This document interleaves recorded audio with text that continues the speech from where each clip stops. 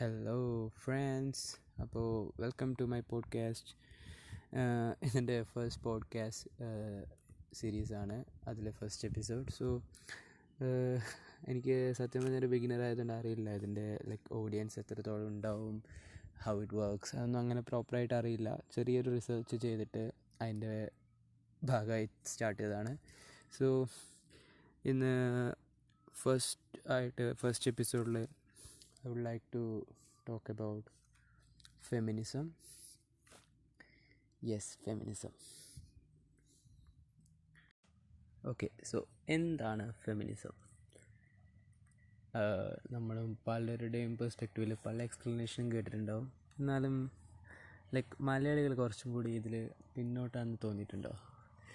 Yes, തോന്നിയിട്ടുണ്ടാവും.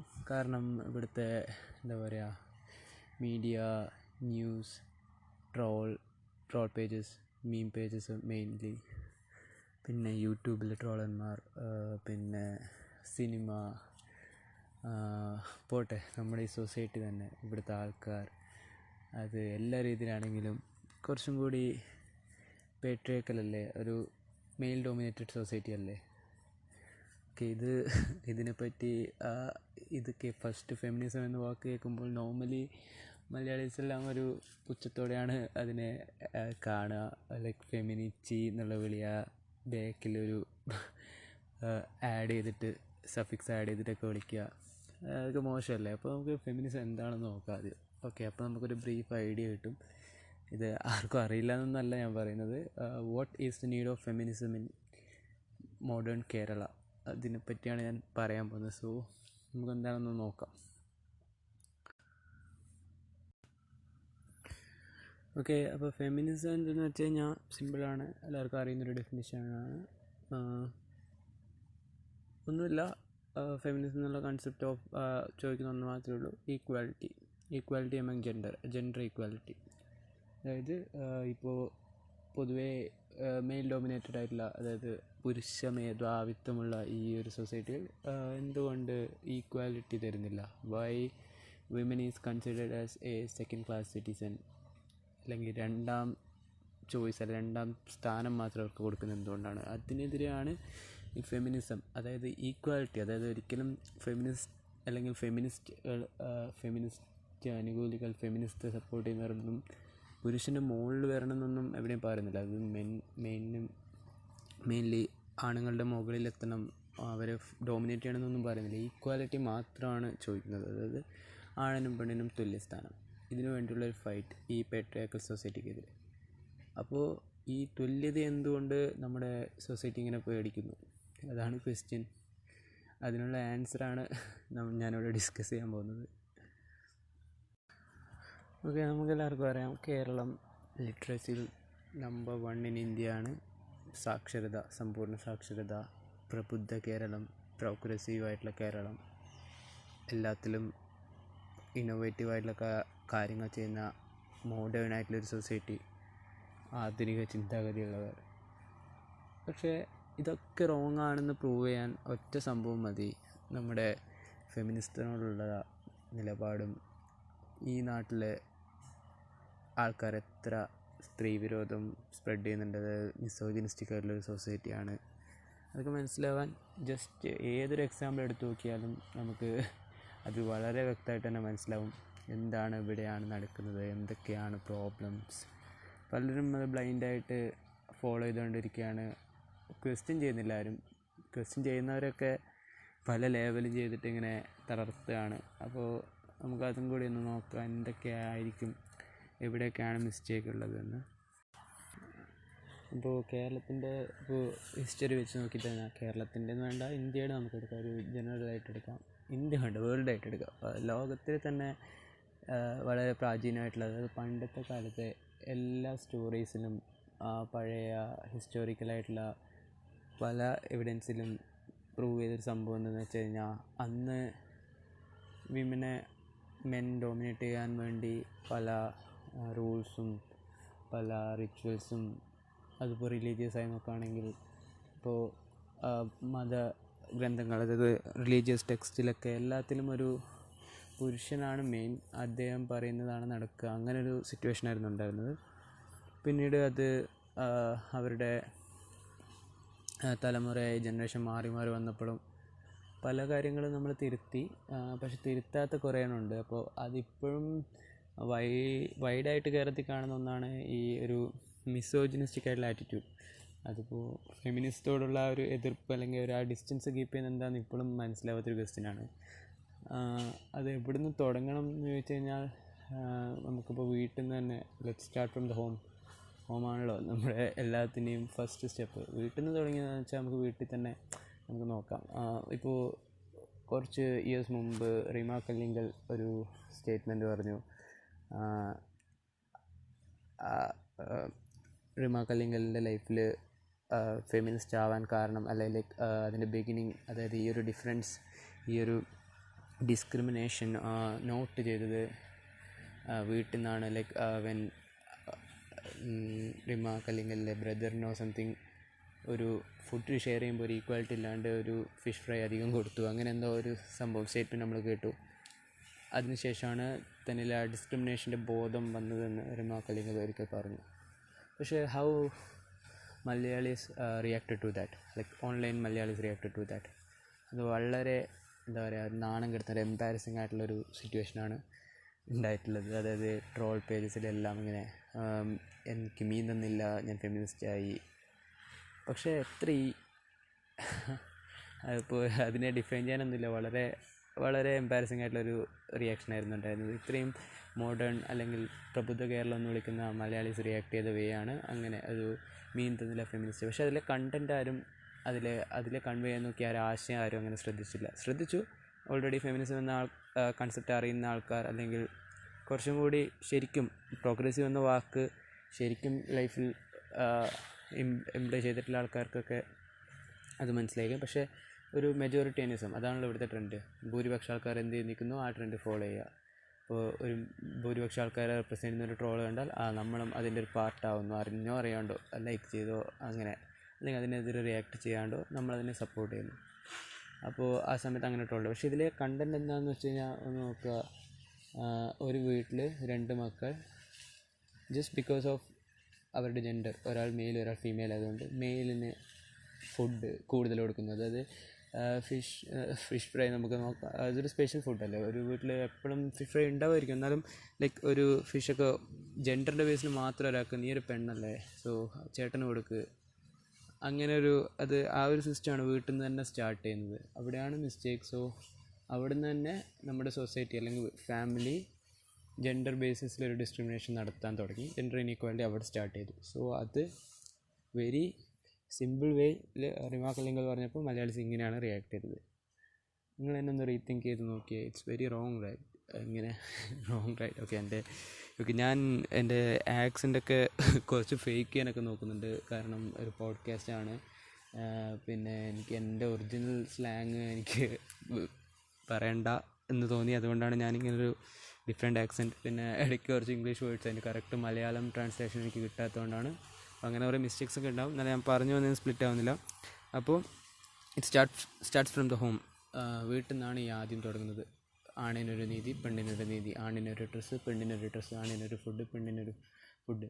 ചിലപ്പോൾ same ആയിരിക്കും, പക്ഷേ അതിൻ്റെ കണ്ടൻറ്റ് ക്വാണ്ടിറ്റി ഡിഫറെൻ്റ് ആയിരിക്കും. അവിടെ നിന്നാണ് നമ്മൾ ആ ഡിസ്ക്രിമിനേഷൻ തുടങ്ങുന്നത്.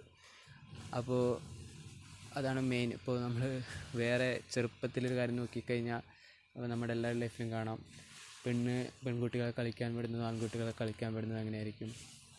അവിടെ നിന്ന് തന്നെയാണ് വലിയൊരു ഡിഫറൻസ് സ്റ്റാർട്ട് ചെയ്യുന്നത്. അവർക്ക് കളിക്കാൻ കൊടുക്കുന്നത് മേ ബി അവർക്ക് ഇഷ്ടമാണെങ്കിൽ ഓക്കെ, പക്ഷേ ആൺകുട്ടി വാശി പിടിക്കുമ്പോൾ അവനൊരു ആൺകുട്ടിയല്ലേ, അതുകൊണ്ട് അവന് കൊടുക്കാം. ആൺകുട്ടികൾക്കെല്ലാം ലൈക്ക് ഭയങ്കര പ്രിവിലേജഡാണ് ചെറുപ്പത്തിൽ തന്നെ. But girls are not. അവരെല്ലാത്തിൽ നിന്നും ജസ്റ്റ് ബിക്കോസ് പെണ്ണായി എന്ന് പറഞ്ഞ് നീ ഒരു പെൺകുട്ടിയല്ലേ, അടങ്ങി ഒതുങ്ങി നിൽക്കണ്ടേ എന്ന് എല്ലാത്തിലും ജെൻഡർ വെച്ച് ഇങ്ങനെ ലോക്ക് ഇടുകയാണ്.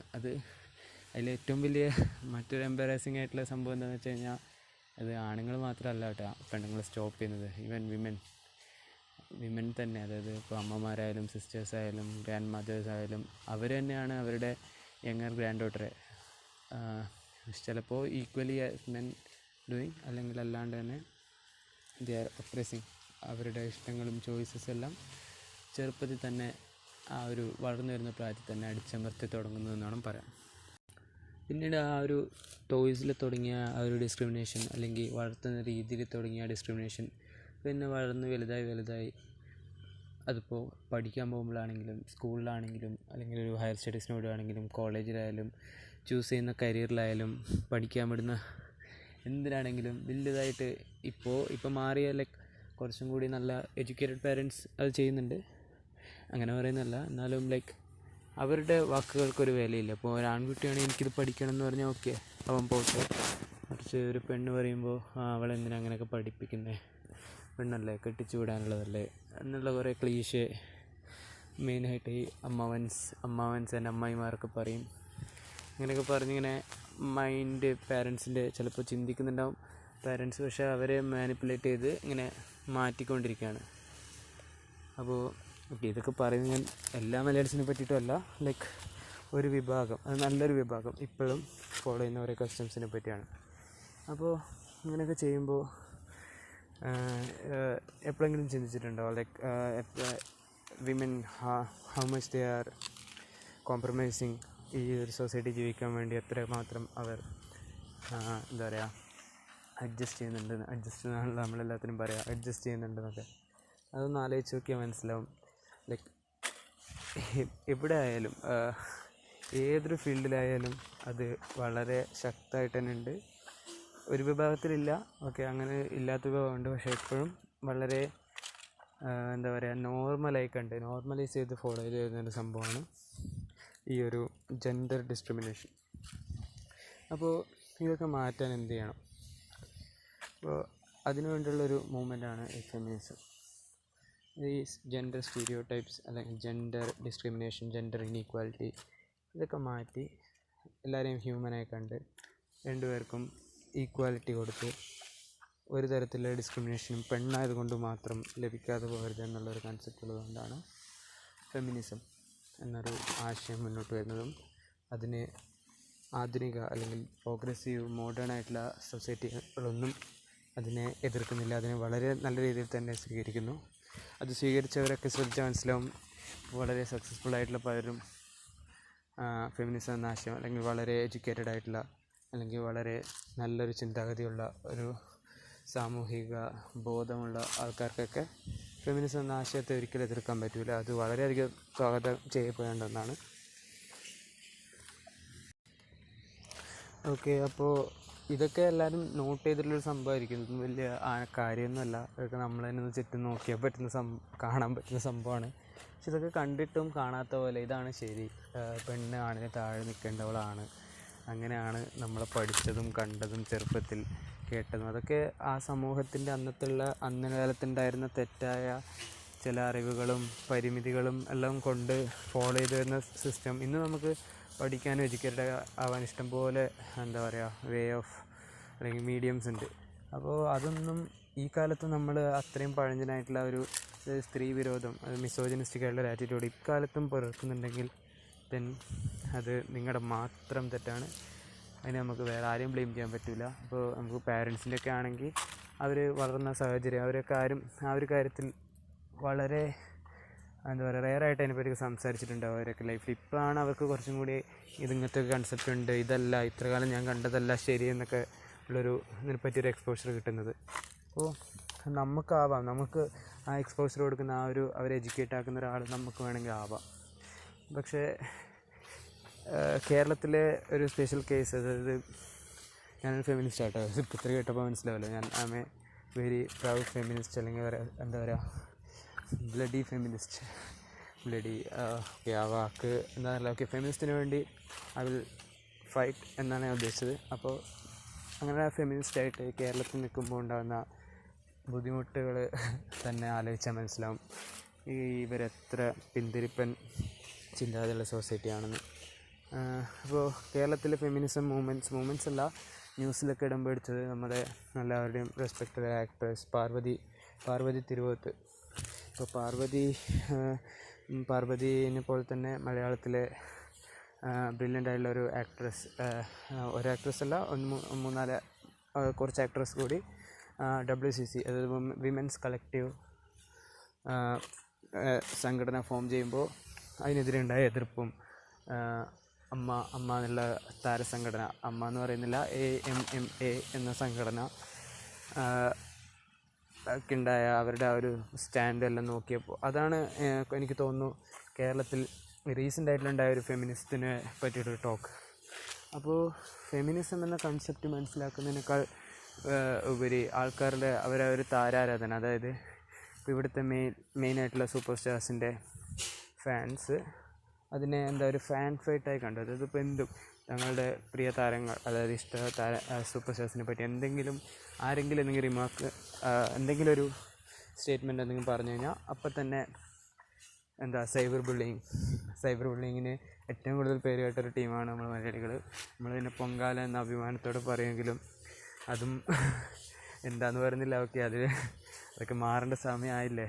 അതൊക്കെ ഒരു മെജോറിറ്റി ട്രെൻഡിൻ്റെ പുറത്ത് ആരുടെയൊക്കെയോ കമൻറ്റ് ബോക്സിൽ പോയി തെറി വിളിക്കുക അങ്ങനെയൊക്കെ ചെയ്യുമ്പോൾ അതൊരു പെണ്ണും കൂടിയാണെങ്കിൽ ഭയങ്കര ഒരു ഇൻട്രസ്റ്റ് കൂടുതലായിരിക്കും അല്ലേ.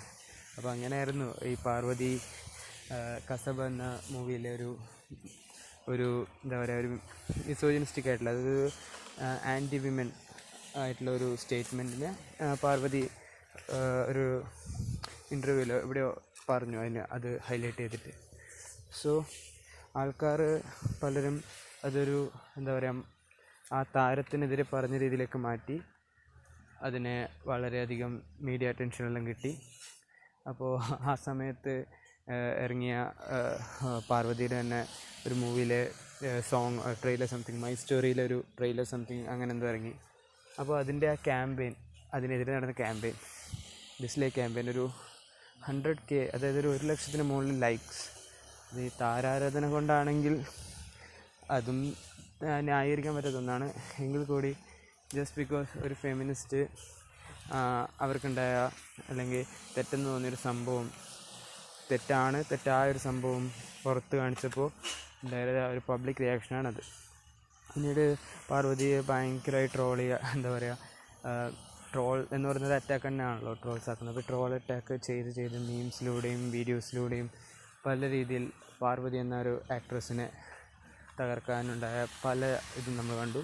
ഇതൊക്കെ ഒരു ഫാൻ ഫൈറ്റ് മോഡലിലാണ് വന്നതെങ്കിലും അതൊരു പേഴ്സണൽ അറ്റാക്കായിട്ട്, പിന്നെ ആ ഫെമിനിസ്റ്റ് എന്ന ആശയം, അത് ഫെമിനിസത്തിന് സപ്പോർട്ട് ചെയ്യുന്നവരൊക്കെ ഒരു പാവാട അല്ലെങ്കിൽ ഒരു പെണ്ണുങ്ങളുടെ താങ്ങി നടക്കുന്ന ആൾ, അങ്ങനെ വളരെ വീണ്ടും ഒരു വളരെ ബോറായിട്ടുള്ള കുറേ ടേംസ് വെച്ച് ലേബൽ ചെയ്യാനൊക്കെ തുടങ്ങി. അപ്പോൾ അതിലും നമ്മൾ കാണാൻ വെച്ചത് അതേ പാർവതി തന്നെയാണ് ഇന്ന് ഇപ്പോൾ റീസെൻ്റ്ലി അമ്മ എന്ന AMMA എന്ന സംഘടനയിലെ രാജിവെക്കുന്നതെന്ന് പറയുന്നത് ഇടവേള ബാബുവിൻ്റെ മറ്റൊരു റിമാർക്ക് കാരണം. അപ്പോൾ ഇന്നിപ്പോൾ പാർവതിനെ ആൾക്കാർ സപ്പോർട്ട് ചെയ്യുന്നുണ്ട്, നല്ല കുറച്ചും കൂടി പണ്ട് കിട്ടിയതിനേക്കാളും സപ്പോർട്ട് കിട്ടുന്നുണ്ട്.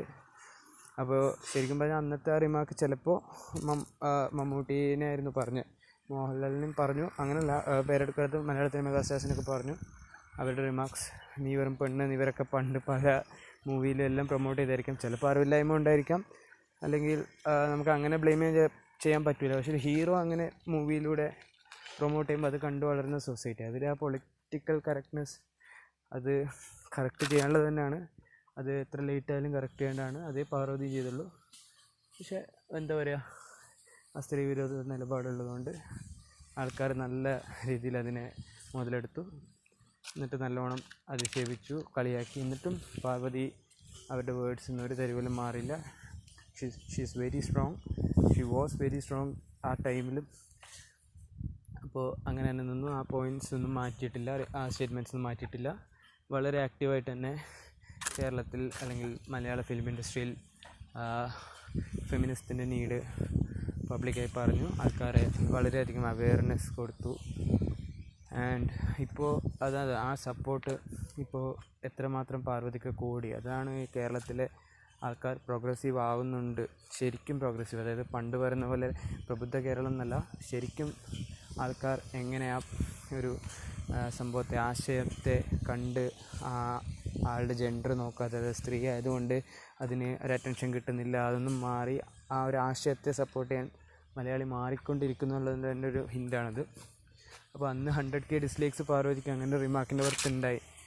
ഇന്ന് പാർവതി പാർവ തീ എന്ന് പറഞ്ഞുള്ള പോസ്റ്റ് വരെ ആൾക്കാർ സോഷ്യൽ മീഡിയയിൽ ഷെയർ ചെയ്യുന്നുണ്ട്.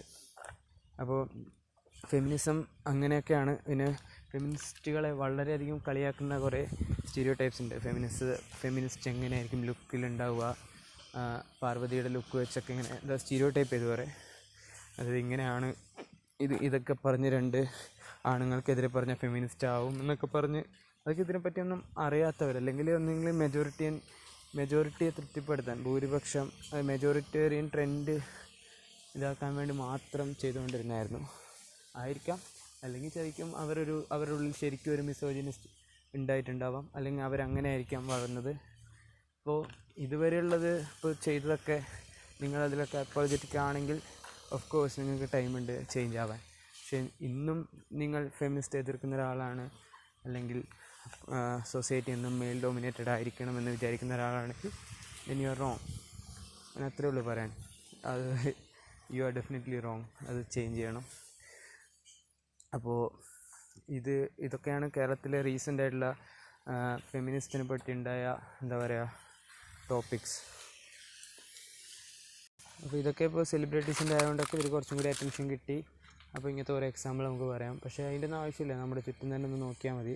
നിങ്ങളൊരു പെണ്ണാണെങ്കിൽ നിങ്ങൾക്ക് തന്നെ അറിയാം നിങ്ങൾ ഫോളോ ചെയ്യുന്ന പ്രശ്നങ്ങൾ എന്താണ്, അല്ലെങ്കിൽ നിങ്ങൾക്ക് എക്സ്പീരിയൻസ് ചെയ്യേണ്ടി വരുന്നത്. ജസ്റ്റ് ബിക്കോസ് ഒരു ജെൻഡറിൻ്റെ പേരിൽ അങ്ങനെയൊക്കെ എക്സ്പീരിയൻസ് ചെയ്യുന്നുണ്ടെങ്കിൽ നിങ്ങൾക്ക് അപ്പം തന്നെ അറിയാം. പിന്നെ നിങ്ങളുടെ ഫ്രണ്ട്സിൻ്റെ അടുത്ത് ചിലപ്പോൾ നിങ്ങൾ കുറച്ചും കൂടി പ്രിവിലേജ്ഡ് ആയിരിക്കും. നിങ്ങളുടെ ഫ്രണ്ട്സിനോട് ചോദിച്ചാൽ മനസ്സിലാവും അതൊക്കെ എന്തൊക്കെയാണ്. അതുപോലെ തന്നെ നിങ്ങളൊരു ആൺകുട്ടിയാണെങ്കിൽ, ഒരു മെയിലാണെങ്കിൽ ദെൻ ഓഫ് കോഴ്സ് നിങ്ങൾക്ക് ഫീമെയിൽ ഫ്രണ്ട്സ് ഉണ്ടാവും. അല്ലെങ്കിൽ നിങ്ങളുടെ വീട്ടിൽ തന്നെ നിങ്ങളുടെ അമ്മ അനുഭവിക്കുന്ന, അല്ലെങ്കിൽ നിങ്ങളുടെ സിസ്റ്റർ അനുഭവിക്കുന്ന എല്ലാവർക്കും എക്സ്പീരിയൻസസ് ഉണ്ടാവും പറയാൻ. ജസ്റ്റ് ഓപ്പൺ അബൌട്ട് അതിനെപ്പറ്റി ഒരു കോൺവെർസേഷൻ ക്രിയേറ്റ് ചെയ്ത് നോക്കുക. അപ്പോൾ മനസ്സിലാവും എന്തൊക്കെ കോംപ്രമൈസ് ചെയ്തിട്ടാണ് ദേ ആർ ലിവിങ് അല്ലെങ്കിൽ സർവൈവിങ്. ഒരു സർവൈവിങ് വിമൻ അത് നമ്മുടെ ചുറ്റും എല്ലായിടത്തും ഉണ്ട്. ഇപ്പോൾ four men it's very easy. ഇങ്ങനെ ഒരുപാട് പ്രിവിലേജസ് ഉള്ളതുകൊണ്ട് ആണുങ്ങൾക്ക് വളരെ ഈസിയാണ് കുറേ കാര്യങ്ങളിൽ. ലൈക്ക് അങ്ങനെ ആണുങ്ങളെ ഇതാക്കി പറയുന്നതല്ല, പക്ഷെ എന്നാലും കമ്പാരിറ്റീവ്ലി മെന്നിന് ഒരുപാട് പ്രിവിലേജസ് ഉണ്ട്. അത് പെണ്ണിന് ഇന്നും കിട്ടുന്നുണ്ട് ഒരു വിഭാഗത്തിന്, പക്ഷേ മെജോറിറ്റി വിഭാഗത്തിനും കിട്ടുന്നില്ല. അപ്പോൾ അതിനെല്ലാം മറ്റൊരു പെർസ്പെക്റ്റീവിൽ പറയുകയാണെങ്കിൽ എന്തുകൊണ്ട് ഇങ്ങനെ ഫെമിനിസ്റ്റ് എതിർക്കപ്പെടുന്നു എന്ന് ആലോചിച്ച് നോക്കിയാൽ നമുക്ക് ഇങ്ങനെ തന്നെ എടുക്കാൻ. നമുക്ക് പണ്ട് പറഞ്ഞു തന്നിട്ടുള്ള, അതായത് നമ്മൾ പഠിച്ചു വന്ന കാര്യങ്ങൾ, ആൻസിസ്റ്റേഴ്സിൽ നിന്ന് കിട്ടിയ കാര്യങ്ങൾ, റിലീജിയസ് ടെക്സ്റ്റ്, അത് വളരെ ഇമ്പോർട്ടൻ്റ് ആയിട്ടുള്ളൊരു പാർട്ടാണ്. മതഗ്രന്ഥങ്ങൾ, അതായത് ഒരു മതത്തിൻ്റെ റൂൾസ്. ഇപ്പോൾ നമ്മൾ ഏത് മതം എടുത്തു നോക്കിയാലും ആ മതത്തിൽ നമ്മൾ 100% വിശ്വസിക്കുന്നുണ്ടെങ്കിൽ അതിൽ ഉറപ്പായിട്ടും ഫെമിനിസ്റ്റ് ആശയങ്ങൾക്ക് വിരുദ്ധമായിരിക്കും. കാരണം ഭൂരിഭാഗം എല്ലാ മതങ്ങളും ഗോഡസായിട്ടൊക്കെ വിമനെ കാണുന്നുണ്ടെങ്കിലും ആ മതത്തിൻ്റെ റൂൾസ്, ഞാൻ ദൈവങ്ങളല്ല പറയുന്നത്, മതങ്ങളുടെ റൂൾസ് എല്ലാം പെണ്ണിനെതിരാണ് ഇന്നും ഉണ്ടായിട്ടുള്ളത്. അപ്പോൾ ഇതൊക്കെ വേണമെങ്കിൽ നമുക്ക് വേറെ പെർസ്പെക്റ്റീവിൽ എടുക്കാം. വേണമെങ്കിൽ അന്നത്തെ ആൾക്കാർ, അതായത് പണ്ട് മെയിൽ ഡോമിനേറ്റഡ് സൊസൈറ്റി ആയതുകൊണ്ട് ഈ മതം എന്നൊരു മീഡിയം വെച്ച് പെണ്ണിനെ തളച്ചിടുക അല്ലെങ്കിൽ ഒപ്രസ് ചെയ്യുക എന്നുള്ളൊരു ചിന്തയായിരിക്കാം. അല്ലെങ്കിൽ ഈ മതപണ്ഡിതന്മാർ പണ്ടൊക്കെ എല്ലാം നോക്കിയാൽ ഭൂരിഭാഗവും ആണുങ്ങളാണ്. അപ്പോൾ ഇവരുടെ സ്ത്രീവിരോധമായിരിക്കാം ചിലപ്പോൾ ചില ആചാരങ്ങളായും റിച്വൽസായും പിന്നീട് മതത്തിലേക്ക് പകർന്നു കൊടുത്തത്. അപ്പോൾ അങ്ങനെയൊക്കെ നോക്കുമ്പോൾ മതം ഏത് രീതിയിൽ നോക്കിയാലും പെണ്ണുങ്ങൾക്ക് അല്ലെങ്കിൽ സ്ത്രീകൾക്ക് എതിരാണെന്ന് അറിഞ്ഞിട്ടും നമുക്ക് വേണമെങ്കിൽ ഫെമിനിസ്റ്റ് ആവാം, ഫെമിനിസ്റ്റ് സപ്പോർട്ട് ചെയ്യാം. ഇതിലെ ചില ആശയങ്ങൾ, പിന്തിരിപ്പൻ ആശയങ്ങൾ, വിമനെതിരായിട്ടുള്ള ആശയങ്ങൾ മാറ്റി നോക്കിയാൽ മതി. അപ്പോൾ മതത്തെപ്പറ്റി പറഞ്ഞുകൊണ്ട് ആരും ഒഫൻഡഡ് ആവണ്ട. ഞാൻ പറഞ്ഞെന്താണെന്ന് വെച്ചാൽ അത്രേ ഉള്ളൂ. എല്ലാവർക്കും വിശ്വസിക്കുന്നവർക്ക് വിശ്വസിക്കാം, അതുപോലെ വിശ്വസിക്കേണ്ടാത്തവർക്ക് വിശ്വസിക്കാതിരിക്കാനുള്ള ഒരു ഫ്രീഡം ഉണ്ട്. പക്ഷെ അത് ഇവിടെ പലർക്കും കിട്ടുന്നില്ല. അതിനെപ്പറ്റി ഞാൻ വേറൊരു പോഡ്കാസ്റ്റ് ചെയ്യുന്നതായിരിക്കും, ഏത്തിയിസത്തിനെ പറ്റി ഇരുന്ന് ചെയ്യാം. അപ്പോൾ ഇതിൽ ഇത്രേ ഉള്ളൂ പറയുന്നത്. നമ്മുടെ ഒരു മതത്തിൻ്റെ പേരും പറഞ്ഞ് വിമൻ്റെ അവകാശങ്ങളും ഫ്രീഡമൊക്കെ ലിമിറ്റ് ചെയ്യുന്നത് വളരെ ഒരു മോശമായിട്ടുള്ള പരിപാടിയാണ്. അങ്ങനെ ദൈവം ആണ് മതം ഉണ്ടാക്കിയതെങ്കിൽ അല്ലെങ്കിൽ മനുഷ്യനാണ് മതം ഉണ്ടാക്കിയതെങ്കിൽ എങ്ങനെ നോക്കിയാലും ഒരിക്കലും അങ്ങനെ രണ്ട് തട്ടിൽ വെക്കേണ്ട ആൾക്കാരല്ല ഈ സ്ത്രീ പുരുഷൻ. അവർ ഒരേപോലെ ട്രീറ്റ് ചെയ്യപ്പെടേണ്ട ആൾക്കാരാണ്. സോ അങ്ങനെ ഉള്ള ചില കാഴ്ചപ്പാടുകളിലൊന്നും ഒരിക്കലും ആരെയും സ്റ്റോപ്പ് ചെയ്യാൻ പാടില്ല. ലൈക്ക് പെണ്ണ് വീട്ടിലിരിക്കേണ്ടവളാണെന്നൊന്നും ഉള്ള ചിന്തയുണ്ടെങ്കിൽ ഇറ്റ്സ് റോങ്, അത്രയേ ഉള്ളൂ. പിന്നെ പലപ്പോഴും പെണ്ണിന് മാത്രമാണ് കോംപ്രമൈസ് ചെയ്യേണ്ടി വരില്ല. ഇപ്പോൾ ഒരു കുടുംബം ഇതാക്കി നോക്കിയാലും, ഇപ്പോൾ കല്യാണത്തിൻ്റെ കാര്യം എടുക്കാം, അറേഞ്ച്ഡ് മാരേജ് ആക്കി നോക്കിയാൽ പെണ്ണിനെ കാണാൻ പോകുന്നു, പെണ്ണിനെ കല്യാണം കഴിച്ച് കൊണ്ടുവരുന്നു, വീട്ടിൽ കൊണ്ടുവരുന്നു, അടുക്കളയിലാക്കുന്നു, ഡൺ. ഇങ്ങനെ ഒരു പ്രാചീന ചിന്താഗതിയിലാണ്. കുറേ പേരൊക്കെ മാറി, അതിൽ പെൺ വർക്ക് ചെയ്യാം എല്ലാം, ലൈക്ക് ഇന്ന് വളരെ മാറിയ ആൾക്കാരുണ്ട്.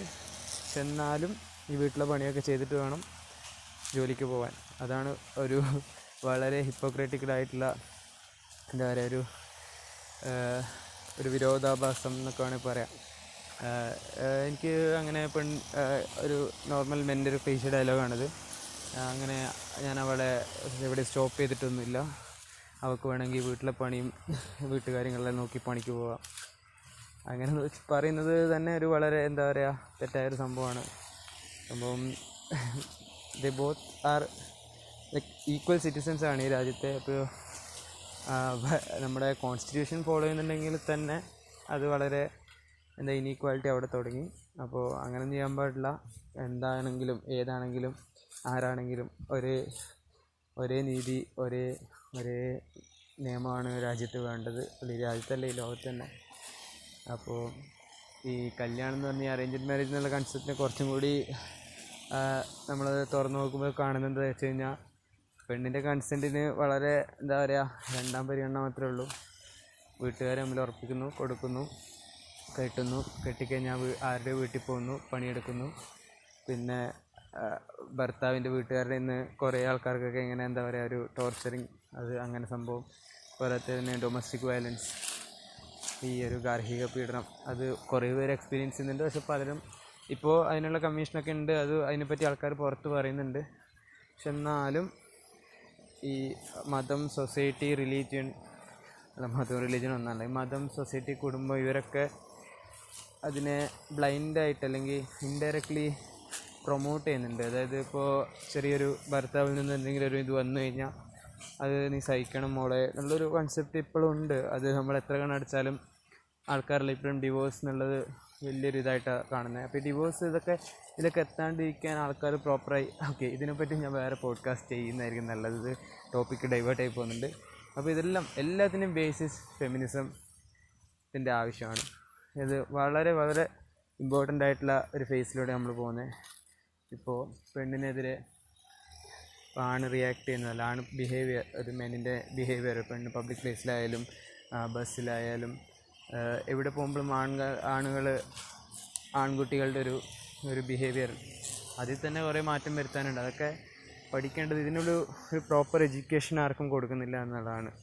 നമ്മൾ ഈ ടെക്സ്റ്റ് ബുക്കിലും പഠിക്കുമ്പോഴും സ്കൂളിലും എല്ലാം one of the other way they are promoting a male dominated society or a misogynism, അതായത് ഒരു സ്ത്രീ വിരോധത നിലപാടുകളും ഇതൊക്കെയാണ് എല്ലാ ബുക്സിലും എല്ലാം ഇൻഡയറക്റ്റ്ലി പ്രൊമോട്ട് ചെയ്യുന്നത്. സ്ട്രോങ് ആയിട്ട് വിമൻ എംപവർമെൻറ്റ് എന്നൊക്കെ പറയുമെങ്കിലും അതൊരു ദിവസത്തിൽ, അല്ലെങ്കിൽ ആ ഒരു world women's day, international women's day, അല്ലെങ്കിൽ വിമൻ എംപവർമെൻറ്റ് എന്ന് പറഞ്ഞ വീക്ക്, അങ്ങനെയൊക്കെ ലിമിറ്റഡ് ആയിട്ട് അത് പോകുന്നു പലപ്പോഴും. അപ്പോൾ അതിനൊരു വൈഡ് അക്സെപ്റ്റൻസ് കിട്ടണമെങ്കിൽ, അല്ലെങ്കിൽ അത് ക്യാരക്ടറിൽ വരണമെങ്കിൽ പീപ്പിൾ ഹാവ് ടു, അല്ലെങ്കിൽ നമ്മുടെ ഗവൺമെൻറ്, അല്ലെങ്കിൽ ആർക്കായാലും പവറുള്ളത്, they have to start teaching their kids, അല്ലെങ്കിൽ സ്കൂൾ ലേണിംഗ് സ്റ്റുഡൻസിന് ആ ഒരു പ്രായത്തിൽ തന്നെ ഇതിനൊരു ഇമ്പോർട്ടൻസും ഈ ഒരു ഡിസ്ക്രിമിനേഷൻ ഇങ്ങനെ വളരെ, അതായത് ഇന്നത്തെ ഒരു പ്രോഗ്രസീവ് സൊസൈറ്റിക്ക് വേണ്ട ഇതുപോലത്തെ കാഴ്ചപ്പാടുകൾ, അല്ലെങ്കിൽ ഒരു കുറേ നല്ല ഫെമിനിസം പോലുള്ള സംഭവങ്ങൾ വളരെ എന്താ പറയുക ബേസിക് എഡ്യൂക്കേഷൻ തന്നെ ഇൻക്ലൂഡ് ചെയ്ത് കഴിഞ്ഞാൽ അവരുടെ ആ ഒരു ക്യാരക്ടർ ഫോർമേഷനിൽ അതുണ്ടാവും. പിന്നെ നാളെ എന്താ പറയുക, ഒരു പെണ്ണിനെ പരസ്യമായി ഒരു റേപ്പ് ത്രെട്ട് ഇടുന്നതിന് തന്നെ പുറകിൽ ഇൻറ്റൻഷൻ എന്ന് പറഞ്ഞാൽ പെണ്ണിന് എങ്ങനെ ബിഹേവ് ചെയ്യണമെന്ന് അറിയില്ല, പെണ്ണാണിന് താഴെ, അങ്ങനെ കുറേ ഓരോ മെയിൽ നിന്നും പെണ്ണിനെ അടിച്ചമർത്തണം എന്നുള്ള ഒരു ചിന്ത. നീ ഒരു പെണ്ണല്ലേ, അത് നമുക്ക് എവിടെ നോക്കിയാലും കാണാം. ഒരു പെണ്ണൊരു സോഷ്യൽ മീഡിയയിൽ പോസ്റ്റ് ഇടുന്നു, ഒരു സെലിബ്രിറ്റി പെണ്ണിൻ്റെ കമൻറ്റ്സ് നോക്കിയാലൊക്കെ കാണാൻ പറ്റിയ സംഭവം. അത് ഈ പെണ്ണുങ്ങളോടുള്ള ഒരു ദേഷ്യം, അതായത് ആ ഒരു മേധാവിത്വം, അതൊക്കെ മാറണമെങ്കിൽ ചെറുപ്പത്തിൽ തന്നെ. അല്ലെങ്കിൽ വേണ്ട, നിങ്ങൾക്ക് തന്നെ പഠിക്കണമെന്നുണ്ടെങ്കിൽ നിങ്ങൾക്കും ഇതൊക്കെ ആർക്കും അറിയാത്ത സംഭവമൊന്നുമല്ല, എവിടെ വേണമെങ്കിൽ ആക്സസ് ചെയ്യാം. So be the change. Gandhi പറഞ്ഞ പോലെ be the change you want to see in the world. എവിടെ ഇങ്ങനെ ഡിസ്ക്രിമിനേഷൻ നടക്കുന്നു, ഇൻജസ്റ്റിസ് നടക്കുന്നു, ആ സ്പോട്ടിൽ തന്നെ അതിനെതിരെ ജസ്റ്റ് ഒന്ന് പറഞ്ഞാൽ മതി. അതാണ് ഏറ്റവും വലിയ എന്താ പറയുക, എഡ്യൂക്കേറ്റ് ചെയ്യാനുള്ള ഒരു വേ. പിന്നെ ഈ എഡ്യൂക്കേഷൻ പോളിസിയിലൊക്കെ ഇത് വരണമെങ്കിൽ ഐ ഡോണ്ട് നോ എപ്പോഴാണ് അതിന് പറ്റുമോ, ഇവിടുത്തെ ഗവൺമെൻറ് പൊളിറ്റിക്സ്, മതം ഇതൊക്കെ അതിന് സമ്മതിക്കുമെന്ന്. പക്ഷേ നിങ്ങൾ വിചാരിച്ചാൽ നിങ്ങളുടെ ചുറ്റുപാടുള്ളതും നിങ്ങളുടെ റിലേറ്റീവ്സിൻ്റെയും നിങ്ങളുടെ സിസ്റ്റേഴ്സിൻ്റെയും അല്ലെങ്കിൽ നിങ്ങളുടെ മക്കളുടെയും എല്ലാം കാര്യം യു ക്യാൻ ചേഞ്ച്. അത് മെന്നായാലും വിമനായാലും രണ്ടുപേരും ഈക്വലി വിചാരിക്കണം. അപ്പോൾ ഒരിക്കലും ഒരു അമ്മ അവളുടെ മോളോട് പറയാൻ പാടില്ല, മോളെ നീ ഒരു പെണ്ണല്ലേ, അവനാണല്ലേ, അതങ്ങനെ. അത് അച്ഛനായാലും പറയാൻ പാടില്ല. They both have to raise their kids in a very equal way. ഈക്വലായി വളർത്തണം, ഈക്വൽ റൈറ്റ്സ് കൊടുക്കണം, ഈക്വലി എഡ്യൂക്കേറ്റ് ചെയ്യണം. എല്ലാം ദേ ഡിസേർവ്. രണ്ടാളും ഈക്വലായിട്ടാണ് എല്ലാം ഡിസേർവ് ചെയ്യുന്നത്. സോ കല്യാണം കഴിച്ചു വിടാനുള്ള ഒരു ഇതായി മാത്രം ഒരിക്കലും പെണ്ണിനെ കാണരുത്. ഇപ്പോൾ ജോബാണെങ്കിലും പെണ്ണിന് ജോബ് ചെയ്യാനുള്ള എല്ലാ ഇതും കൊടുക്കണം എന്നല്ല, ഇത് സംഭവം ആക്ച്വലി കൊടുക്കാൻ ഇതാർക്കും ഇപ്പോൾ മെന്നിൻ്റെ ആണുങ്ങളുടെ എല്ലാവരും കൊടുത്തിട്ടൊന്നുമില്ല ഇങ്ങനത്തെ ഇതിനുള്ള റൈറ്റ്. അവരെ അതിൽ നിന്ന് ബ്ലോക്ക് ചെയ്യാണ്ടിരിക്കുക, ഒരു ബുദ്ധിമുട്ടാവാണ്ടിരിക്കുക. അവളും പറക്കട്ടെ എന്നൊക്കെ നമ്മൾ ഈ സോഷ്യൽ മീഡിയയിൽ കാണും. പക്ഷെ അവളും പറക്കട്ടെ എന്നുള്ള ലൈസൻസ് ശരിക്കും നമ്മൾ കൊടുക്കേണ്ട ആവശ്യമില്ല. അവൾ പറക്കുമ്പോൾ മിണ്ടാണ്ടിരുന്നാൽ മതി, അതിനെ എതിർക്കാണ്ടിരുന്നാൽ മതി. അപ്പോൾ ഇത്രയേ ഉള്ളൂ. അപ്പോൾ ഇത് ഫെമിനിസ്റ്റ് കുറിച്ച് ഇനിയും വേണമെങ്കിൽ 2 മണിക്കൂർ വേണമെങ്കിൽ സംസാരിക്കാം. പക്ഷേ ഫസ്റ്റ് പോഡ്കാസ്റ്റ് ആണ്, ഇതെങ്ങനെയാണ് വർക്ക് ചെയ്യുന്നതെന്നൊന്നും എനിക്കറിയില്ല. സോ ഞാൻ ഇത് ജസ്റ്റ് ഒരു ട്രയൽ ഇതായിട്ട് ഒന്ന് അപ്ലോഡ് ചെയ്യാണ്. സോ അപ്പോൾ ഇത്രയേരം കേട്ടുന്ന ആരെങ്കിലും ഉണ്ടെങ്കിൽ, I don't know if anyone listen till ഇവിടെ വരെ, അതൊന്നും അറിയില്ല. സോ ഉണ്ടെങ്കിൽ തന്നെ thank you for listening. So ഞാനിതുപോലുള്ള കുറേ ടോപ്പിക്സിൽ എൻ്റെ ഒപ്പീനിയൻസും തോട്ട്സൊക്കെ ഷെയർ ചെയ്യും, ആൾക്കാരെ എഡ്യൂക്കേറ്റ് ചെയ്യാൻ നോക്കും. ഇനി എൻ്റെ എന്തെങ്കിലും റിമാർക്സ് റോങ് ആണെങ്കിൽ feel free to criticise or comment or react to that. അങ്ങനെ എനിക്കും കറക്റ്റ് ചെയ്യാം. സോ ആശയങ്ങൾ കൊണ്ട് തന്നെ കറക്റ്റ് ചെയ്യാൻ നോക്കുക, അതാണ് എല്ലായിടത്തും വേണ്ടത്. അപ്പോൾ എല്ലാവരും maximum spread positivity, spread awareness, spread your opinions and correct your opinions if that is wrong. അപ്പോൾ thank you for listening. Have a nice day. അതാദ്യം ആണോ പറയേണ്ടത്? ഓക്കെ, അപ്പോൾ ബൈ എവരിവൺ. അല്ല ഓക്കെ, എങ്ങനെ എൻഡ് ചെയ്യേണ്ടതെന്ന് എനിക്കൊന്നും കിട്ടുന്നില്ല. So thank you for listening. Stay tuned. ഇനിയും പുതിയ പോഡ്കാസ്റ്റായിട്ട് ഞാൻ വരുമെന്ന് വിചാരിക്കുന്നു. Okay then, bye.